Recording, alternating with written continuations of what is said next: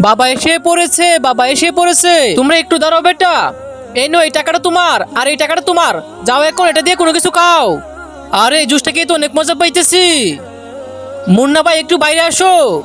হ্যাঁ ভাই বলেন। আরে হ্যাঁ ভাইয়া বললে হবে নাকি? ঘর ভাড়ার সময় হয়েছে, ঘর ভাড়া দিতে হবে। ভাইয়া আমি কালকে দিয়ে দেবো, আমার কাছে এখন টাকা নেই। না না, এসব কোনো কিছু বুঝি না, কালকের মধ্যে টাকা দিতে হবে, না হলে ঘর খালি করতে হবে। আরে আমার কাছে তো টাকা নেই, এখন কি করবো আমি? বাবা এই নাও বেটা, এটা কি? বাবা এটার মধ্যে অনেক টাকা আছে। বেটা তোমার কাছে এত টাকা কি করে আসলো?